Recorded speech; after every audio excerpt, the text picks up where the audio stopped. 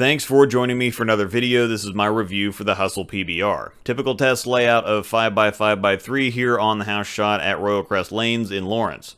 PBR features the Hustle core at a 253 RG and an 030 differential in 15 pounds that we've gotten familiar with over the last several years, and this year's version of VTC Solid, which is S20.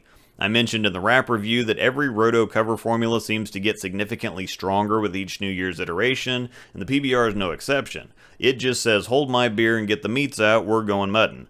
And yeah, that pun was absolutely intended. The PBR is the strongest Hustle to date. It even feels like it could be an HP 2 ball, and that's saying something. In addition, it's more ball than my IQ Tour Solid with a Phase 2-like motion that's slightly rounder and smoother for an entry-level price. I should firmly have your attention by now. The bottom line is that I need more oil or more games on it to shine that cover up. It's just too strong for me out of the box. And that's not a bad thing. I'm a big fan of lane shine on factory sanded solids. I get that blendy friction response I like out of the typical solid reaction, and some lane shine gets me through the fronts and adds a bit of definition down the lane. This one was a little tough to find a window for out of the box. I had to get inside, but it was smooth enough that I had to help it bend a little once I got in there. After a handful of shots, it got better, but I'm already putting a priority on this one for a 2-month report card sometime in September.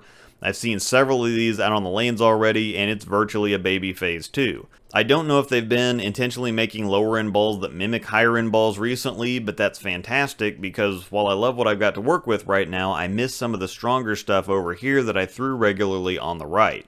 Comparing it to the IQ Tour Solid, my TS does have a little bit of lane shine on it, but not a ton, and it's actually longer and firmer than the PBR in addition to being a couple boards weaker. R2S Solid's a medium strength cover and the cores are similar, so it's not exactly a shock, but it's more of a statement about where the PBR stands. The idea that you can get this level of performance for entry-level price maybe even makes this a better deal than the HP2 line has been the last several years, so that should put this one firmly on your radar. Now I think it's obvious that the TS and PBR aren't interchangeable, so it's not a discount Tour Solid, but it's one of those deals that makes you stop and check the math again.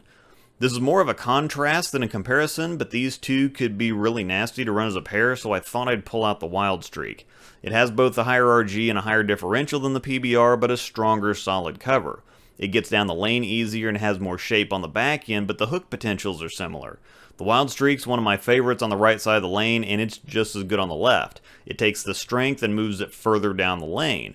With the PBR being earlier and smoother, board coverage is similar, but you end up with quite different looks on the lane, and depending on what's going on, these two I think would actually be a better pair than the PBR and the Phase 2 to run together. There's a lot more separation there. The PBR is available now. Thanks for watching, and may the strikes be with you.